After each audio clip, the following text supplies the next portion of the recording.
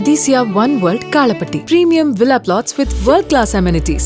நம்ம கோயம்புத்தூர்ல அதிசயம் நடக்கும் நிச்சயமா.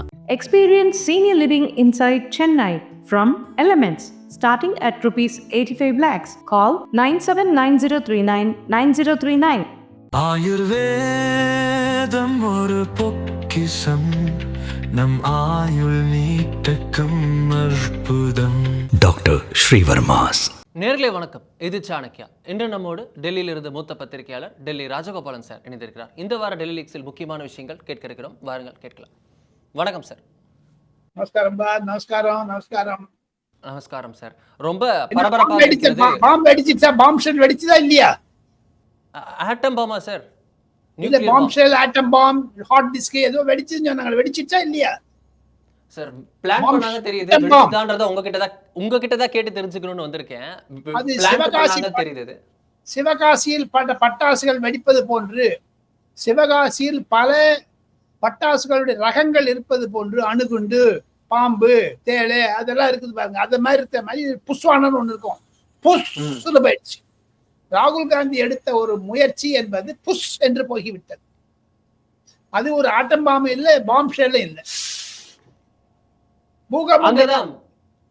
அதுதானே சார் முதல் கேள்வி. நேற்று ராகுல் காந்தி நடத்திய அந்த பிரஸ் கான்ஃபரன்ஸ், ஓட்டு சோரி அப்படின்னு சொல்லிட்டு, சோரின்னு சொல்லிட்டு திருடர் அப்படின்னு சொல்லிட்டு ஓட்டு திருட்டு நடந்திருக்கு அப்படின்னு அக்யூஸ் பண்றாரு.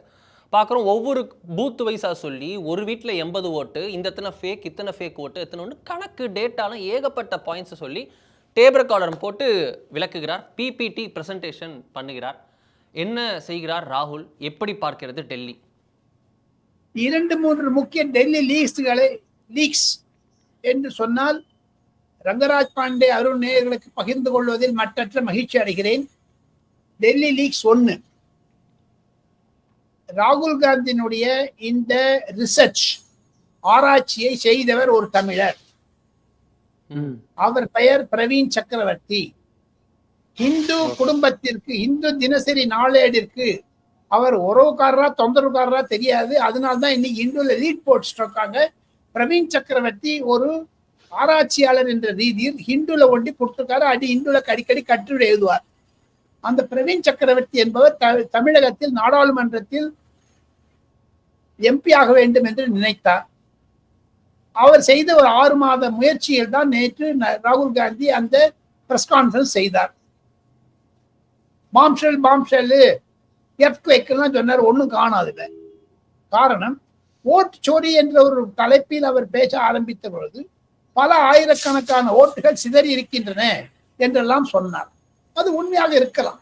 அவருடைய ஆராய்ச்சிக்கு தலை வணங்கி இருக்க வேண்டியது நம்ம கடமை.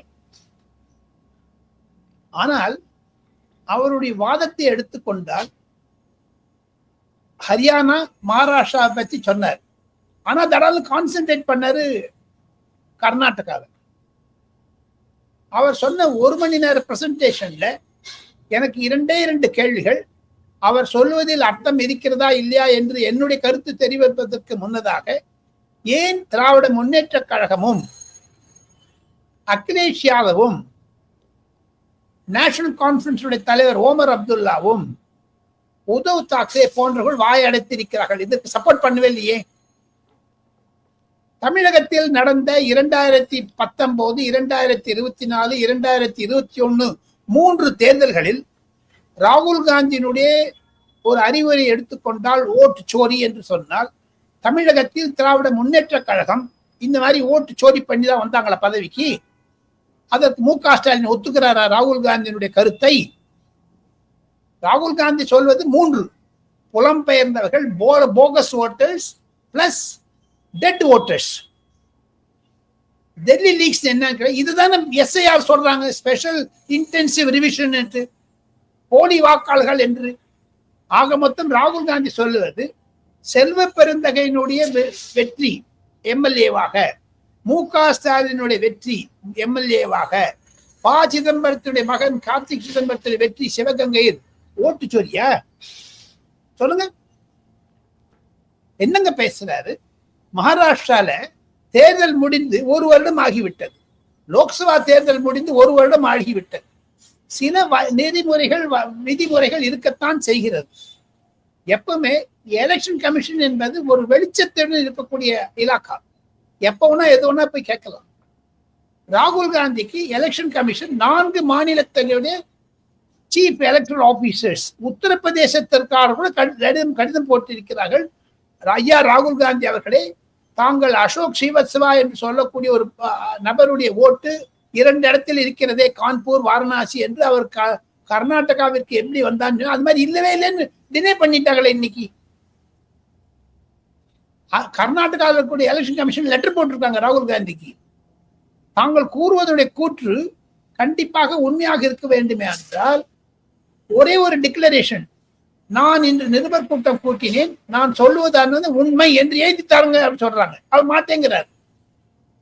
இதைத்தான் ப. சிதம்பரமும் கபில் சிபலும் அபிஷேக் மனு சிங்கும் ராகுல் காந்தின்னு சொன்னார்கள். இது கோர்ட்ல போய் பண்ண ஃபர்ஸ்ட் ஜாயகா அப்படின்னு சிக்கி விடும், எடுத்துக்காதீங்கன்னு. அவர் ராகுல் காந்தி போட்டு எடுத்துக்கிறார். இதுதாங்க உள்ள என்னுடைய அந்த கேள்விக்கு தமிழகத்திலிருந்து ஏதாவது ஒரு திமுக பதில் சொன்னாங்கன்னா நல்லா இருக்கும். திமுக எப்படி வெற்றி அடைஞ்சது? இந்தி கூட்டணியில் இருப்பவர்கள் ஏன் ராகுல் காந்திக்கு சப்போர்ட்ல வரல? இந்த விஷயத்துல ஒரு அறிக்கை வந்திருக்குதா சொல்லுங்க. தேவேந்திர பட்னவிஸ் இன்று அறிக்கை விட்டிருக்கிறார், ராகுல் காந்தியினுடைய மூளையில் இருக்கக்கூடிய மதர் போர்டு ஹார்ட் டிஸ்க் கராபா எடுத்து கெட்டு போயிடுச்சுன்னு.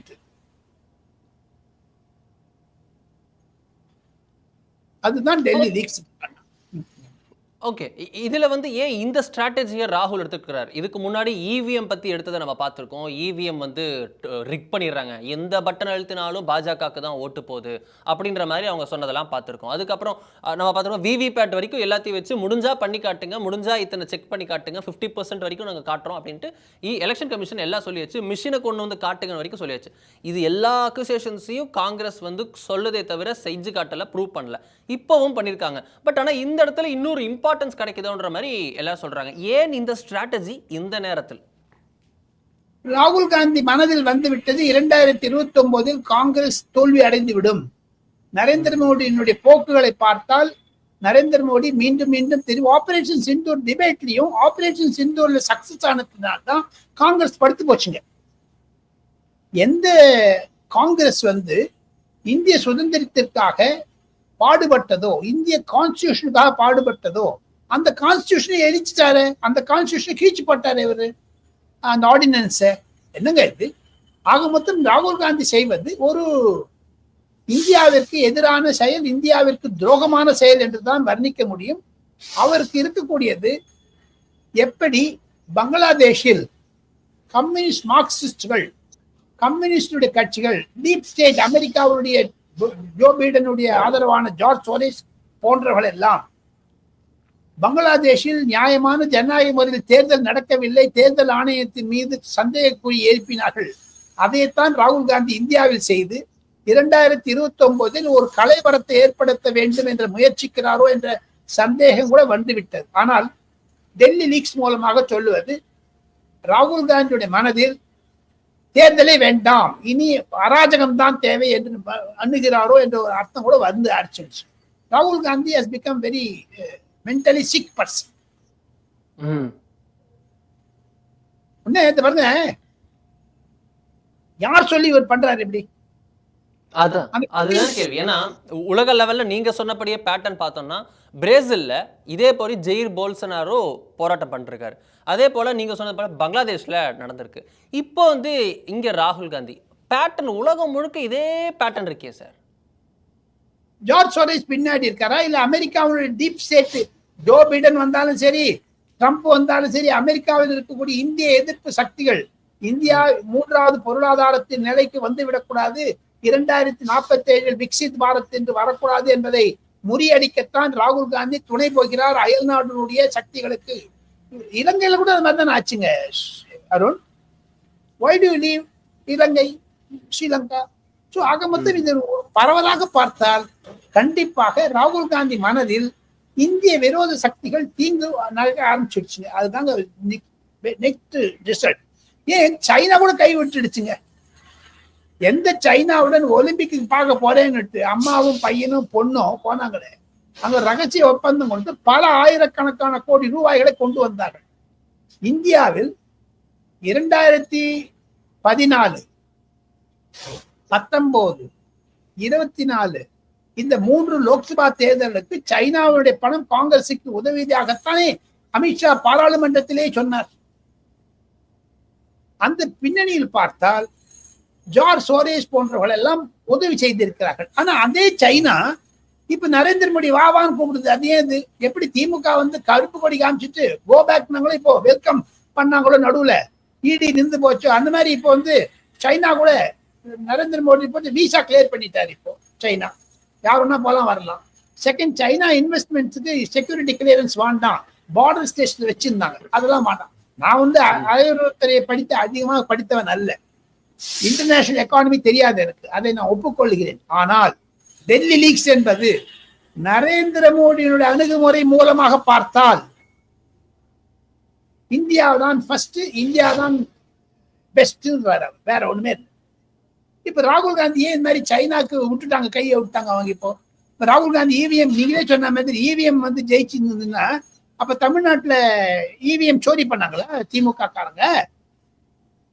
வெஸ்ட் பெங்கால் இந்த தொலைக்காட்சி மூலமாக அருண் ராஜகோபாலன் பேசுவதன் மூலமாக இதை பார்க்கக்கூடிய ஒவ்வொரு திராவிட முன்னேற்ற கழக ஊழியர்களும், ஒவ்வொரு காங்கிரஸ் ஊழியர்களும் தங்களுடைய ஆலோசனையை, தங்களுடைய கருத்துக்களை கண்டிப்பாக அலசி பார்க்க வேண்டும். நாங்க 2 பேரும் அருண் ராஜகோபாலன் பேச தப்பா இருக்கலாம், ஆனா எப்படி திமுக வெட் பண்ணிட்டுங்க 3 வாட்டி கன்சிக்யூட்டிவா. சோ ராகுல் காந்திக்கு பதில் சொல்லியாக வேண்டிய கடமையில் இருக்கிறது. தமிழகத்தில் எப்படி அவருடைய காங்கிரஸ் 10 MP எப்படிங்க வந்தாங்க? இவங்க தங்கச்சி எப்படிங்க ஜெயிச்சதுங்க வயநாட்டுல இருந்து? ஐயா எப்படிங்க ஜெயிச்சாருங்க? ஐயா எப்படிங்க தோத்து போனாருங்க? இது இன்ஸ்டிடியூஷனை வந்து அட்டாக் பண்றது ஒரு நியாயமா இருக்கலாம், யாரும் இல்லைங்கிற. தமிழகத்தில் நடந்த நகராட்சி பேராட்சி தேர்தல்களில் தமிழக தேர்தல் ஆணையம் தவறாக செய்துவிட்டது என்று ராகுல் காந்தி ஒப்புக்கொள்வாரா? காரணம் திமுக நிறைய வந்துடுச்சே, அதிமுக தோற்று போச்சே. தமிழகத்தில் இருக்கக்கூடிய தேர்தல் ஆணையம், தமிழ்நாடு ஸ்டேட் எலெக்ஷன் கமிஷன் நான் சொல்றேன், how did they conduct the election? Same pattern, same EVM, same style, same voters list. இப்ப கர்நாடகால எப்படிங்க வின் பண்ணாங்க? அந்த பிசி மோகன் என்று மகாபுத்திரால நல்ல பதில் சொல்லிட்டாரு. ஏன் 1 லட்சம் 2 லட்சம் பண்ணலாங்க, இப்படியே ஒண்ணு பண்ண முடியும்? அவர் சொல்லுவதெல்லாம் ஹேமந்த பிஸ்வ சர்மா நல்லா ட்வீட் பண்ணிட்டாரு இன்னைக்கு, ராகுல் காந்தி SIR ஒத்துக்கிறாருன்னு. அவர் ஏங்க 10ஆம் தேதி பீகார் போறதை கேன்சல் பண்ணாரு ராகுல் காந்தி? அங்க SIRல வந்து எல்லாம் முடிஞ்சு 100% ரிசல்ட் வந்துடுச்சு. சுப்ரீம் கோர்ட் SIR தொட மாட்டேன்ட்டாங்க. இவர் யாருங்க சுப்ரீம் கோர்ட்? சுப்ரீம் கோர்ட்டை கேட்டாங்களே, நீ ஒரு நல்ல இந்தியனான்னு. கரெக்ட் தானே? அவங்களுக்கு எல்லா நீதிபதிகளும் ஒரு அரசியல்வாதிகள் மாதிரி அல்ல, அவர்களும் சட்டத்தை படித்தவர்கள், அவருக்கும் ஒரு இந்திய குடிமகன் தானே, அவருக்கு தெரியாத? ஆக மொத்தம் தேவேந்திர பட்னவிஸ் சொல்றதுதான் கரெக்ட்னு நான் நினைக்கிறேங்க. ராகுல் காந்தியுடைய மதர் போர்டு ஹார்ட் டிஸ்க் கராப் ஆயிடுச்சு, அது ரிப்பேர் பண்ணணுங்க.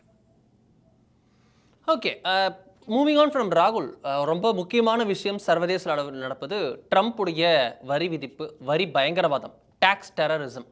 இதில் 25%க்கு அப்புறம் இப்போ கூடுதல் 25% போட்டிருக்கிறார் ட்ரம்ப். நம்ம வந்து ரியாக்ஷன் கொடுத்துருக்கோம், MEலேருந்து வந்துருச்சு.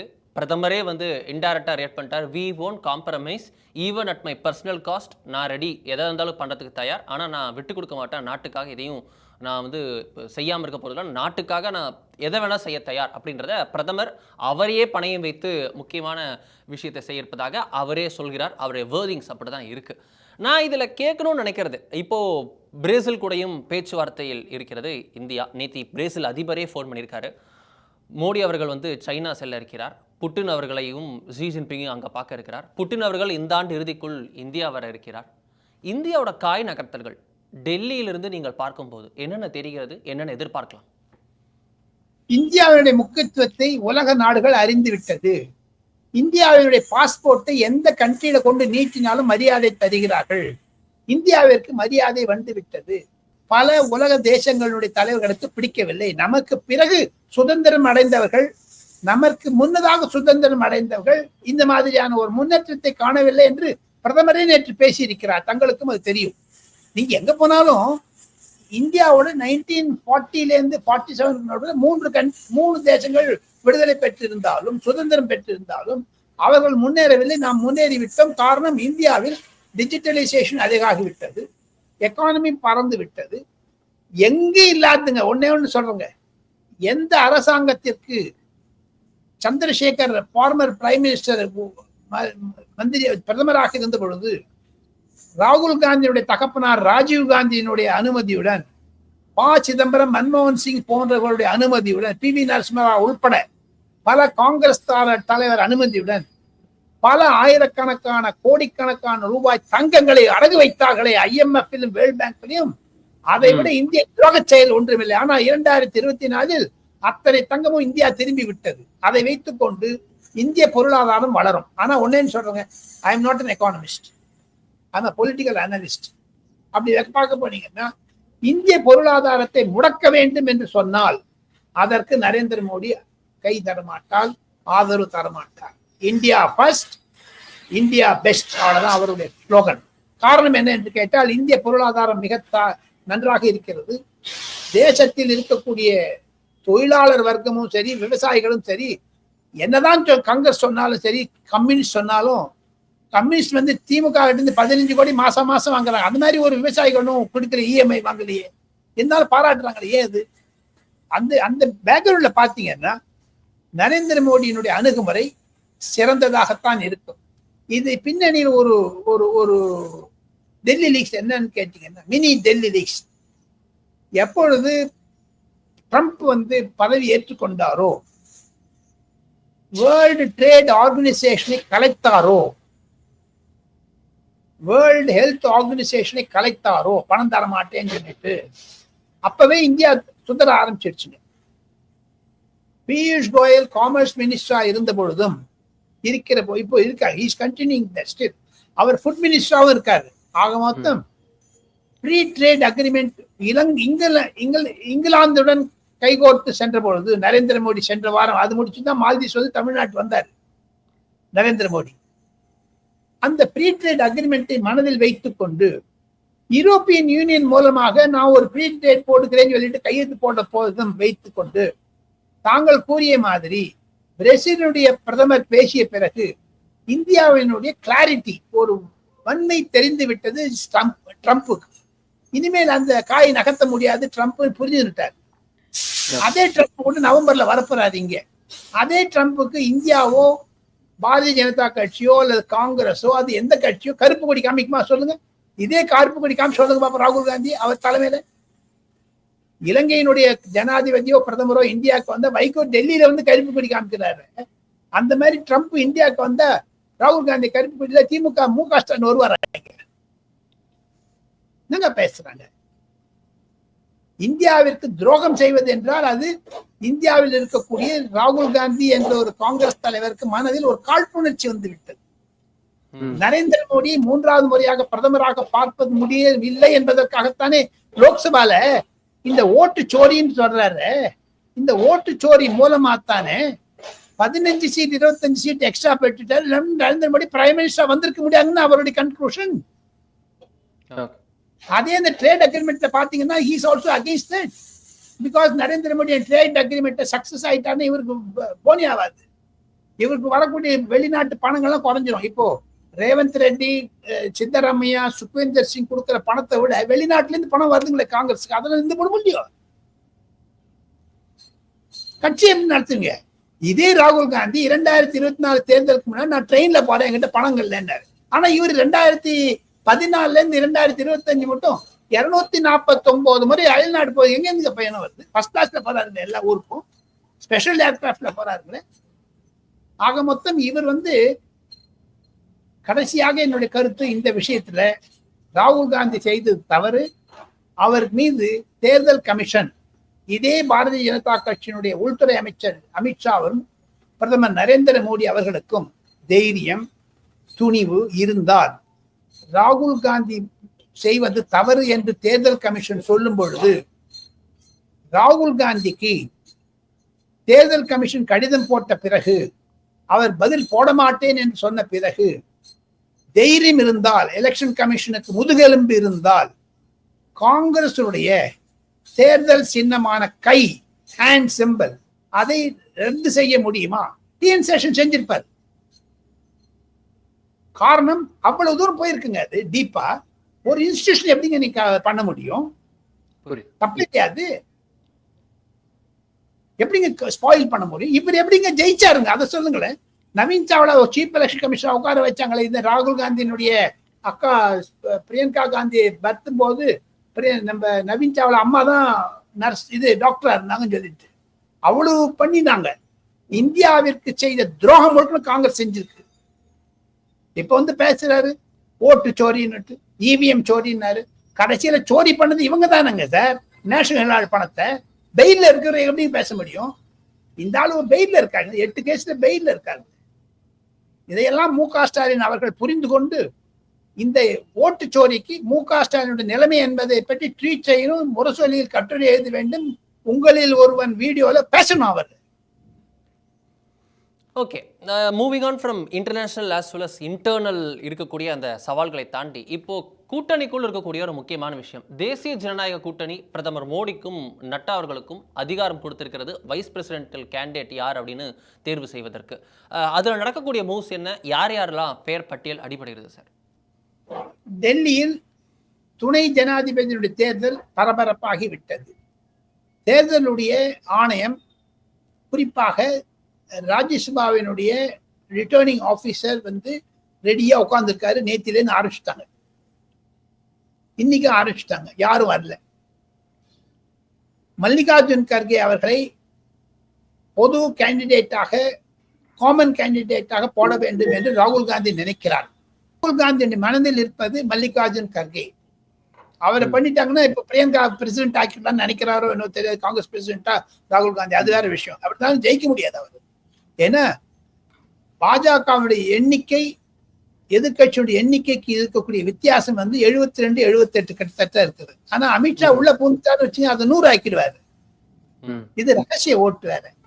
ஆக மொத்தம் நரேந்திர மோடி அவர்கள் ஓரிரு நாட்களில் நட்டாவுடன் கலந்து பேசிய பிறகு நேரடியாக நாளை மறுநாள் நான் கேள்விப்படுகிறேன் சந்திரபாபு நாயுடு டெல்லி வரக்கூடும், அவர் பிரதமரை சந்திக்க, அவரிடம் இருந்து கருத்து பரிமாறம் செய்து இன்று அமித்ஷா அவர்கள் பீகாரில் சீதா கோவிலை திறக்க சென்றிருக்கிறார்.